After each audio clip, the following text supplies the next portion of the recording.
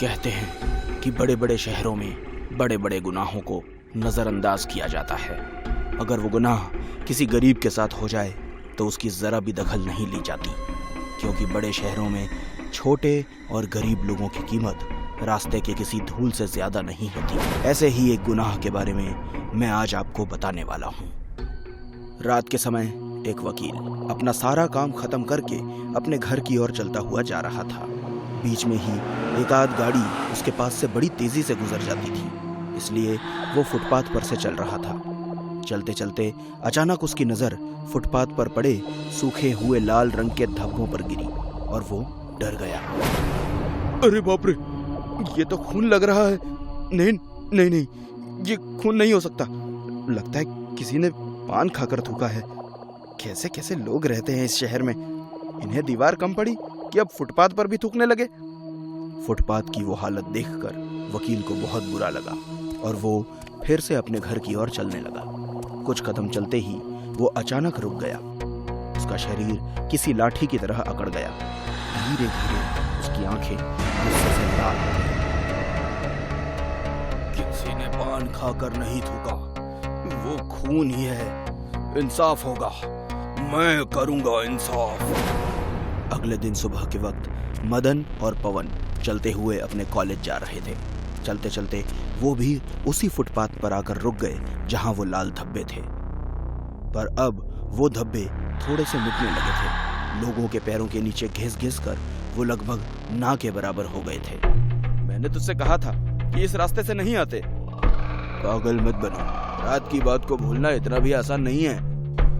जो हमने देखा और किया है उसके बाद तो मेरी जिंदगी जैसे खराब हो गई है। कुछ समझ नहीं आ रहा कि क्या करें। अब हमें कुछ करने की जरूरत नहीं।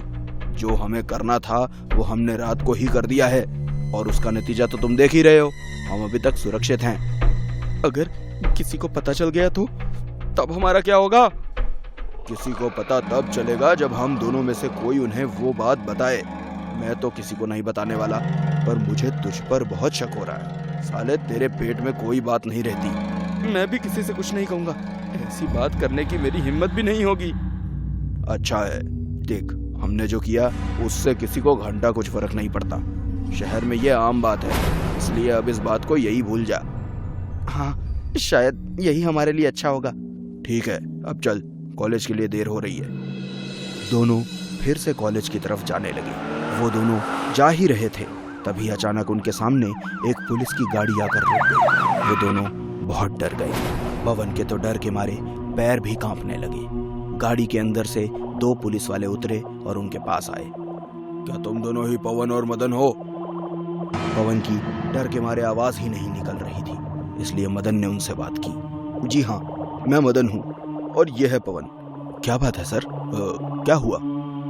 तुम दोनों को हमारे साथ थाने चलना होगा। पर बात क्या है सर? हमने क्या किया? वो सब थाने जाकर पता चलेगा। चलो हमारे साथ। पुलिस वाले मदन और पवन को जबरदस्ती गाड़ी में बिठाकर थाने ले गए। जब वो थाने पहुंचे तब वहां वो वकील बैठा हुआ था। पुलिस वाले ने उन दोनों को वकील के सामने बिठाया। क्या बात है सर, आप हमें यहाँ क्यों लेकर आए? मैं बताता हूँ। पुलिस को 5 लाशें मिली है। 5? हाँ, क्या हुआ? तुम्हें इन लाशों के बारे में कुछ पता है क्या? नहीं सर, हमें कुछ नहीं पता।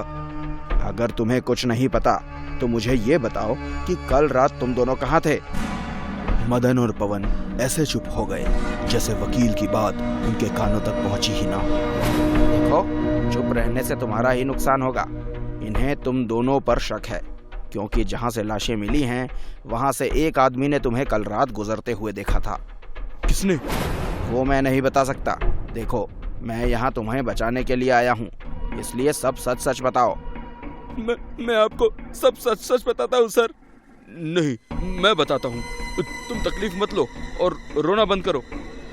मदन कल रात की पूरी कहानी पुलिस और वकील को बताने लगा। कल शाम कॉलेज से घर आने के बाद हमने बाहर खाने का तय किया, क्योंकि कल इस पवन का बर्थडे था। तो हमने सोचा कि बाहर सेलिब्रेट करेंगे, इसलिए हम गए और खाना खाकर वापस घर आ गए। फिर पूरी रात हम घर में सो रहे थे। सच बोल रहे हो? हाँ सर। खुद की गाड़ी लेकर गए थे? नहीं सर, टैक्सी से गए थे और आते वक्त टैक्सी अपने पुल के पास खराब हो गई थी, इसलिए हम नीचे उतरे थे। तभी हमें किसी ने वहाँ शायद देख लिया होगा, पर टैक्सी ठीक होते ही 10-15 मिनट में हम वहाँ से चले गए थे। थोड़ी देर के लिए कोई कुछ नहीं बोला। वो सन्नाटा मदन और पवन को बहुत तकलीफ दे रहा था। ठीक है, कल कोर्ट में सुनवाई है, इन्हें वक्त पर ले आना।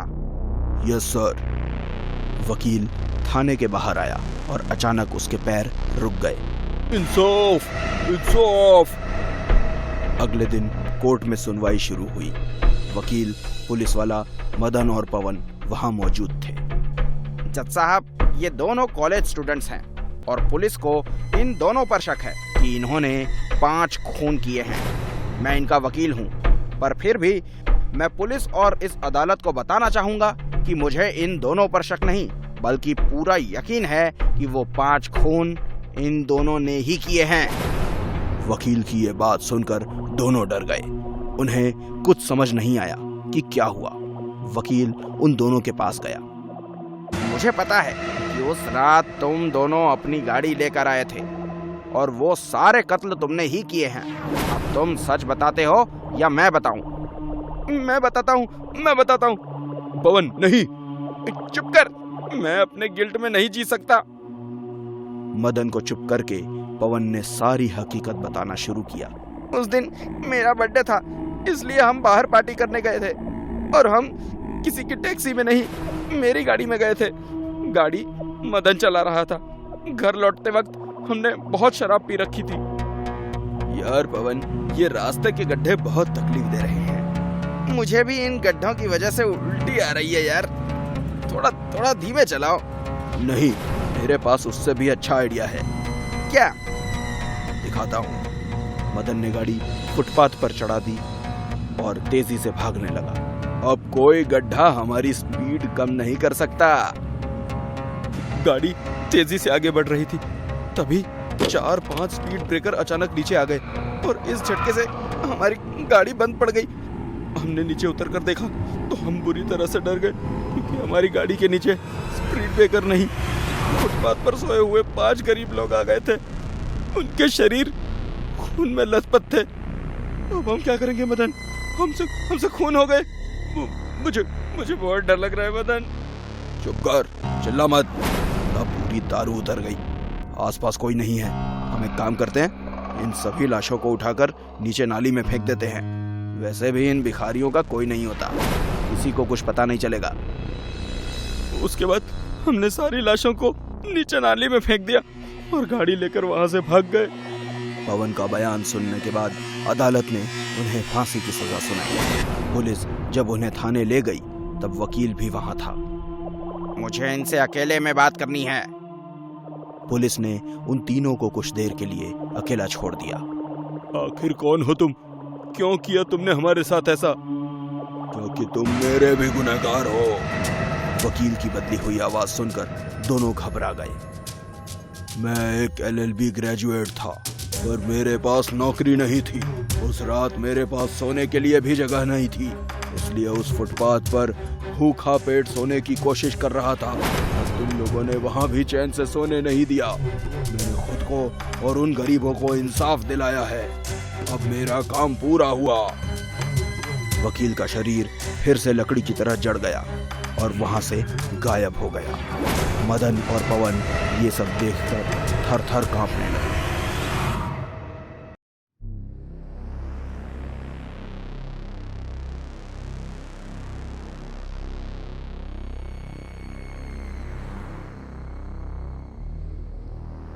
अरे बहू, सुदीप का फोन आया था कि नहीं? 2 दिन बाद होली है, उसे ऑफिस से छुट्टी मिली कि नहीं? अभी तक तो नहीं मिली माँ जी, लेकिन उन्होंने बॉस से बात की है।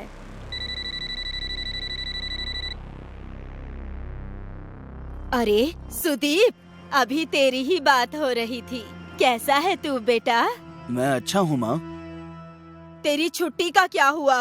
बहू बता रही है कि तुझे छुट्टी नहीं मिली। वही बताने के लिए फोन किया है माँ। ऑफिस से छुट्टी नहीं मिल रही। मेरा आना मुश्किल है माँ, लेकिन आप चाहो तो आप मेरे पास भोपाल जरूर आ सकते हो। आपको तो मेरे पास आने के लिए किसी को छुट्टी की अर्जी भी नहीं देनी है। मैं अपना घर छोड़कर कहीं नहीं जाने वाली। हाँ, करुणा तेरे पास जाना चाहे तो मैं उसे रोकूंगी नहीं। ठीक है, जैसी आपकी मर्जी। अच्छा माँ, मेरे ऑफिस से मेरा एक दोस्त मनोहर आज सुबह ही मुंबई के लिए निकला है। मैंने उसके हाथ आप सबके लिए कुछ गिफ्ट भिजवाए हैं, देख लेना। और करुणा को भी उसी के साथ कल शाम की ट्रेन से भोपाल भेज दीजिएगा। मैंने मनोहर को बोल दिया है। ठीक है, बोल दूंगी। क्या कहा उन्होंने माँ जी? वो हम दोनों को अपने पास बुला रहा है। मैंने मना कर दिया, पर तू चली जा। उसके ऑफिस से उसका एक दोस्त मनोहर मुंबई आ रहा है। कल शाम तुझे उसके साथ भोपाल निकलना है। घर पहुंचते ही अपनी पैकिंग कर लेना। पर माँ जी, आप यहाँ अकेली? तू मेरी चिंता मत कर, मैं संभाल लूंगी। तू आराम से जा।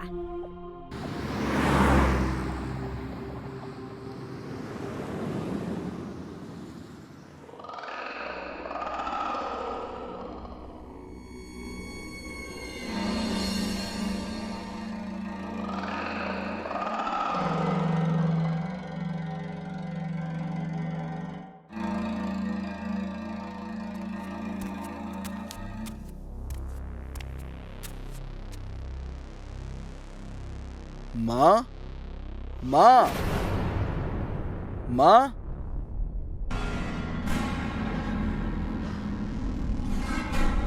अरे सुदीप बेटा, तू?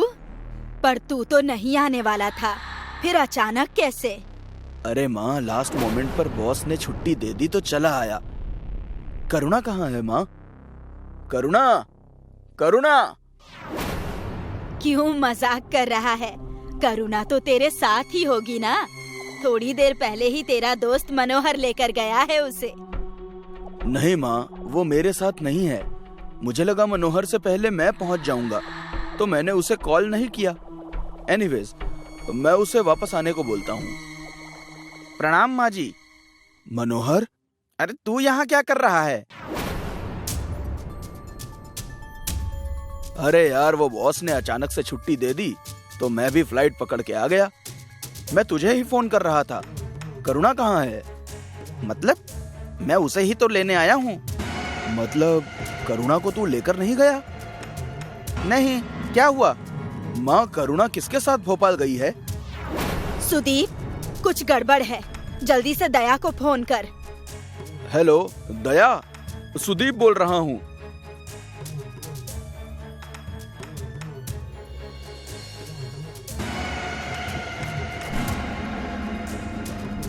भाई, आपको किसी ने फिरौती के लिए कॉल किया या कोई धमकी? नहीं छोटे, ऐसी कोई कॉल नहीं आई। दया, तू कैसे भी करके अपनी भाभी को जल्दी से ढूंढ निकाल। पता नहीं किस हाल में होगी बेचारी इस वक्त। चिंता मत करो माँ, मैं आपकी बहू को सही सलामत घर वापस ले आऊंगा। लेकिन क्या आप उस फर्जी आदमी को पहचान सकती हैं जो नकली मनोहर बनकर आया था? सामने आ जाए तो पहचान लूंगी। माँ, आपने भाभी को यह बात बताई थी कि उन्हें मनोहर भैया के साथ भोपाल जाना है? हाँ, बताई थी। तो जब आपने उन्हें ये बात बताई थी तो उस समय कोई और भी वहाँ मौजूद था क्या? हाँ था, सोहन था। नहीं माँ, सोहन दादा नहीं, उनके अलावा कोई और। दादा ये काम कर ही नहीं सकते। मुझ पर विश्वास करने के लिए शुक्रिया दया। इट्स ओके दादा। अरे दया, उसे छोड़ो मत, अच्छे से शक्ति के साथ पूछताछ करो। मैंने बहुत देखा सुना है कि ऐसे मामलों में घर के नौकरों का ही हाथ होता है। मनोहर भैया, सोहन दादा नौकर नहीं है, बड़े भाई समान हैं। एनीवेज माँ, फर्जी मनोहर जो गिफ्ट लाया था वो दिखाइए तो। लाती हूँ बेटा।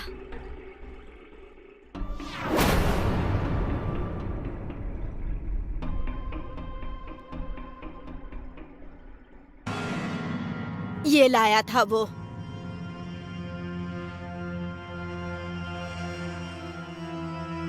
ये साड़ी आपकी दुकान से ली गई है, तो इसमें जो भी कूपन का नंबर है उस पर 5,000 का इनाम निकालकर साड़ी खरीदने वाले सभी लोगों को मोबाइल पर ये विनिंग नंबर भेज दो। जो भी इस इनाम को लेने आए तो मुझे इशारा कर देना।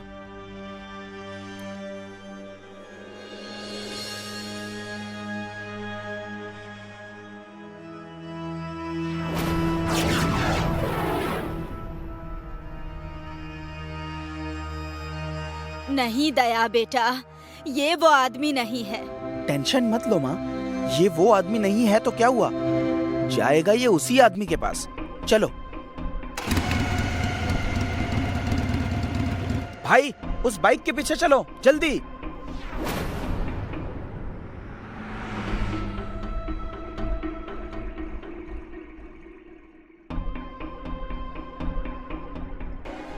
दया, ये वही आदमी है जो मनोहर बनकर बहू को लेकर गया था। मिल गया इनाम का पैसा। इनाम तो अब मैं तुझे दूंगा कल्लू मामा। कौन है बे तू? तेरा बाप इंस्पेक्टर दया। बता कहाँ है करुणा भाभी? बताता है कि नहीं सर, मैं सब बताता हूँ, गोली मत चलाना, मैंने उसे बेच दिया। तुझे कैसे पता चला कि मनोहर भाभी को लेने आने वाला है? कौन मिला है तेरे साथ? कोई नहीं मिला है सर। कल जब माँ जी अपनी बहू को मार्केट में ये सब बता रही थी तो उस वक्त मैं वहीं खड़ा था। मैंने सब सुन लिया और पैसों के लालच में आपकी भाभी को किडनैप कर लिया। कहाँ बेचा उन्हें तूने? Goregaon west parking house, flat number 10।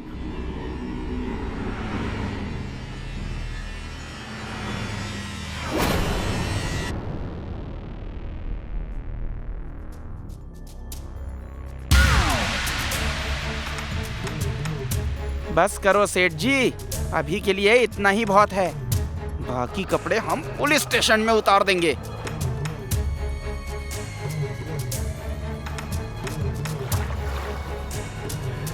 डरो मत भाभी, हम आ गए हैं। थैंक यू दया, तूने मेरी बहू की जान बचा ली। क्या माँ, आप भी? मैंने आपकी बहू की नहीं बल्कि अपनी भाभी की जान बचाई है।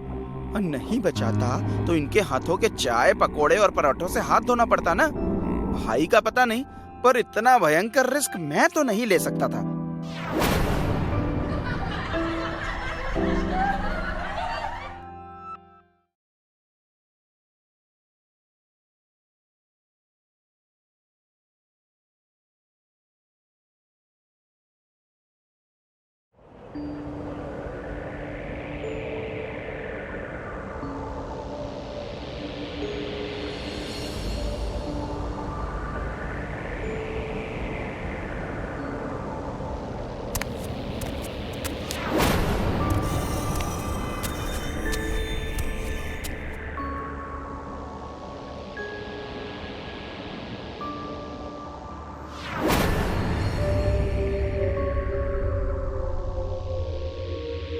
भाईजान, दुश्मन वहां उस पहाड़ी के पास है।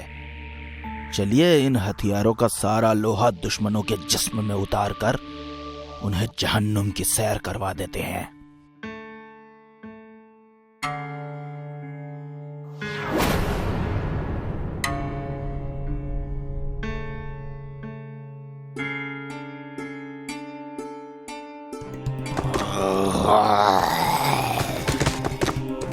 ये आवाज तुमने निकाली? नहीं भाईजान, हमने तो कोई आवाज नहीं निकाली।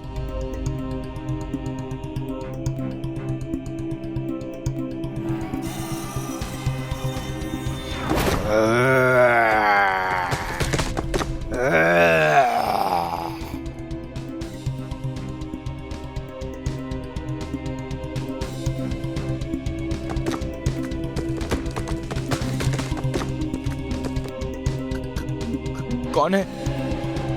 कौन है? सामने आओ, सामने आओ, नहीं तो गोली चला दूंगा।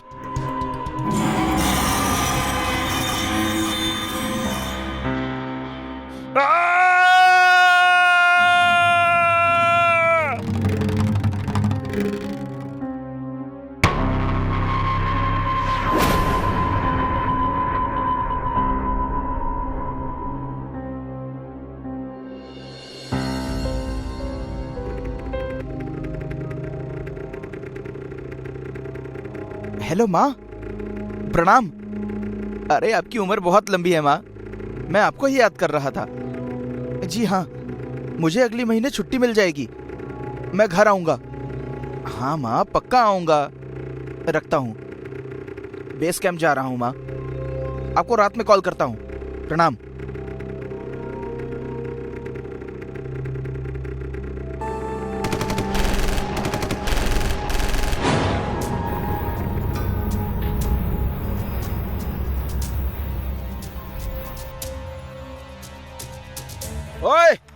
भारत माँ के बच्चे, छुपता कहाँ है?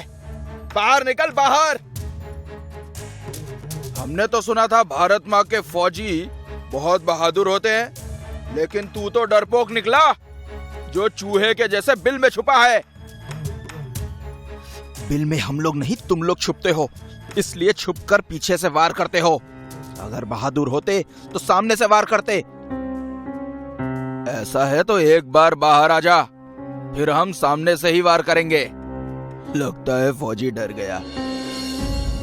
मैं हिंदुस्तानी शेर हूं, और शेर तुम जैसे गीदड़ों से नहीं डरता। अगर बाहर आ गया तो तुम लोगों को ढेर कर देगा। अबे फौजी, बाहर आ तो सही, देखते हैं फिर कौन किसको ढेर करता है। और ये भाषण देना बंद कर, तू अकेला है और हम 3। तेरी मौत पक्की है। अगर बचना चाहता है तो अपनी जान की भीख मांग हमसे। चूजे की औलादों, हम भारत माँ के फौजी हैं। तुम जैसे आतंकवादी 3 हो या 300, हम किसी से नहीं डरते।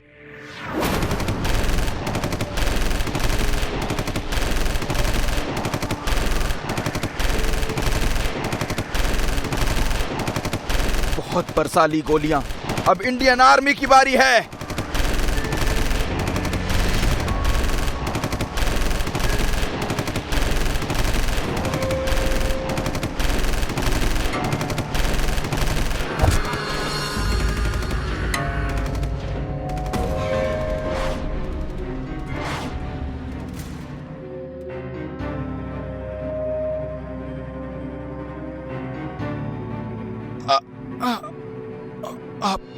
आप कौन?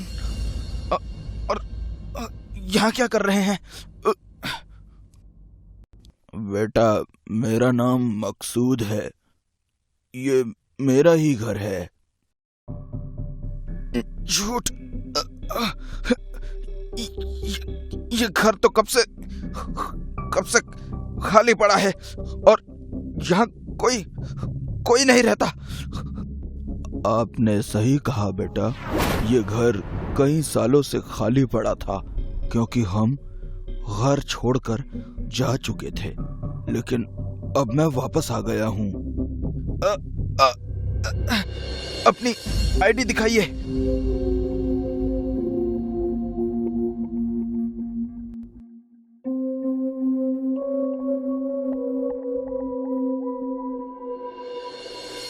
नहीं, आगे मत बढ़ना।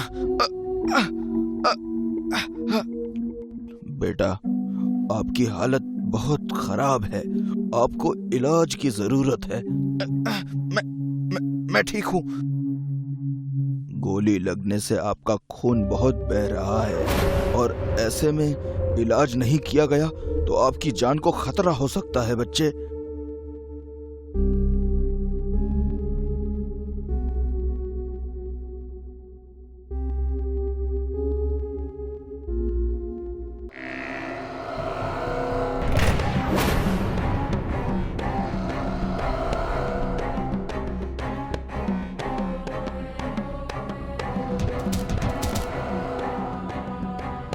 रुक जाओ, इसे गोली लगी है, इसे मत मारो।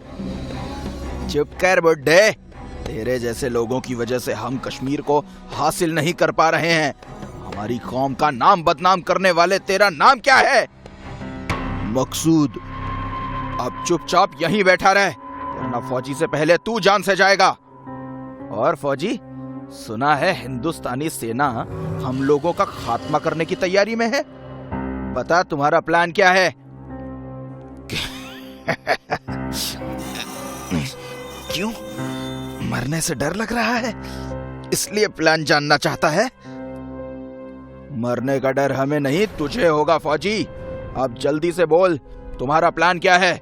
नहीं तो तुम्हारे शरीर में छेद ही छेद कर देंगे। मारना है तो मार दो, लेकिन मैं कुछ नहीं बताने वाला तुम्हें। देश के साथ गद्दारी करना तुम्हारे देश में होता होगा, हमारे देश की आर्मी में नहीं। तू जो चाहे बोल ले फौजी, बताना तो तुझे पड़ेगा। चाहे तू इसे गद्दारी बोल या अपनी जान की कीमत। बता, क्या प्लान है तुम्हारा? कहा ना, मरूंगा तो मर जाऊंगा, मगर देश से गद्दारी नहीं करूंगा। तू ऐसे नहीं तो ऐसे मानेगा।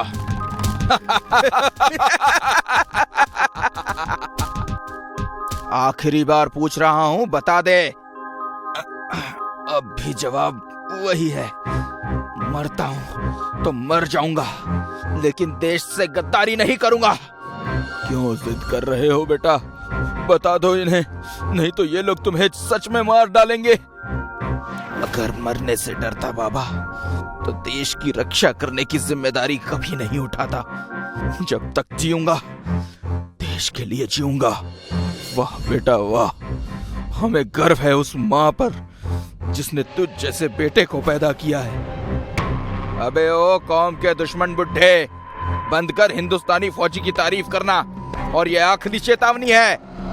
मेरा बेटा भी बिल्कुल तुम्हारे जैसा ही आर्मी ऑफिसर था, रिजवान शेख। देश के लिए उसने अकेले 10 आतंकवादियों को मारा था, लेकिन एक दिन एक आतंकी ग्रुप ने उसकी हत्या कर दी। मतलब तू हमारे दुश्मन का बाप है? दुश्मन हम नहीं तुम हो, जो हमारे देश हिंदुस्तान को खत्म करने का सपना देखते हो। लेकिन जब तक हम जैसे देशभक्त इस जमीन पर हैं, तुम जैसे लोग हिंदुस्तान की शांति कभी भंग नहीं कर पाओगे। लगता है बुढ़ा पागल है। पागल मैं नहीं, तुम हो, जो चंद रुपयों की खातिर मासूम बेगुनाह निहत्थे लोगों को मारने के लिए हथियार उठा लेते हो।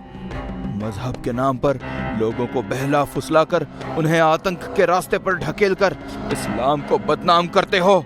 इंसान से इंसानों की हत्या करवा के खुदा के नेक इरादों की हत्या करते हो। लेकिन अब मैं तुम्हें ऐसा नहीं करने दूंगा।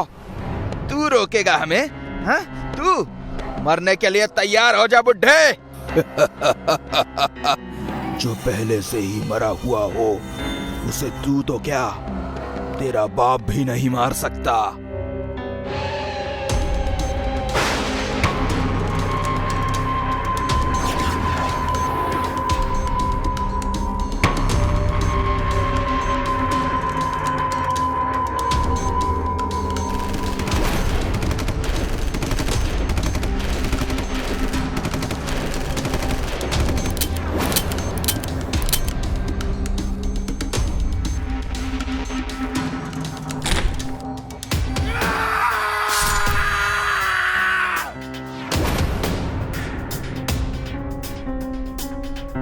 देश का ख्याल रखना